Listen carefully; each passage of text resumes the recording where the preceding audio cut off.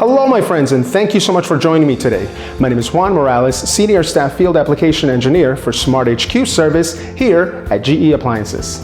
This is part one of a two-part series in which we will demonstrate how to utilize the SmartHQ service app to efficiently diagnose one of the most common refrigerator complaints, weak cooling. Behind me is a GE profile fridge, and one of the first things you'll notice is that I am going to keep the doors closed to ensure I obtain an accurate assessment of the situation. In other words, I want to find out exactly what's going on internally before taking anything apart.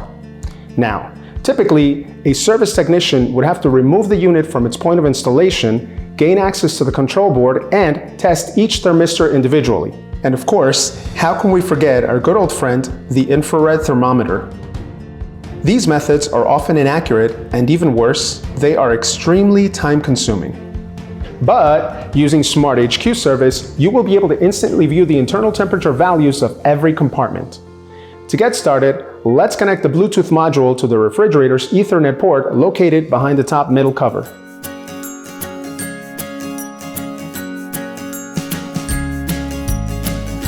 Now, open up the SmartHQ service app, and in moments, your device will connect to the appliance.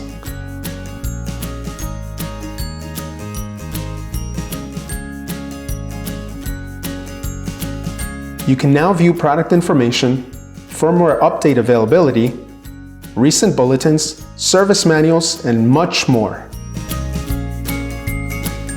Alrighty my friends, and as you just saw, connecting SmartHQ service to the refrigerator was extremely simple, and it required no tools whatsoever. Now, let's go ahead and open up the watch box to view the internal temperature values and find out what's going on. From the dashboard screen, click Next. Click the menu button in the upper right-hand corner, and in seconds, every thermistor temperature value will be displayed, including the ones closest to the evaporators.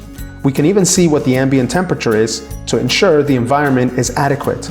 Needless to say, the fresh food compartment is abnormally warm. However, the other compartments seem to be okay, which verifies the problem is isolated to the fresh food compartment. Just in case you're wondering, it is not 300 degrees in the freezer area as the ice maker thermistor tells us. The reason for this reading is because the optional second ice maker has not been installed by the customer, and SmartHQ service is detecting the absence of that thermistor. And just like that, we now know exactly where the issue is. The next thing I want to check is that the evaporator fan is operating correctly, because remember, without proper airflow, you won't have efficient cooling. Click Operate Loads. Enter service mode and select Fans. Next, click All Fans On to activate every fan motor in the refrigerator at high speed. In seconds, we should see an RPM reading coming from each fan, indicating proper motor operation. We can see RPM readings coming from the freezer and condenser fans. However, even though the control board is sending voltage to the fresh food fan, we are still getting 0 RPMs, which confirms we have a problem with that fan. Incidentally, you can also activate each fan individually in the event you are trying to isolate a noise complaint. Alrighty my friends, and there you have it. SmartHQ service has helped us pinpoint the part that is causing the issue. And guess what? I never even open up the fridge doors. Of course, at this point, you may want to check for restrictions such as ice buildup or perhaps even a loose wire connection. In either case, SmartHQ service has pointed us in the right direction. And don't forget, this app works with both Android and iOS devices. To get your hands on this amazing time and money-saving tool, please visit smarthqservice.com or call 502-714-2029.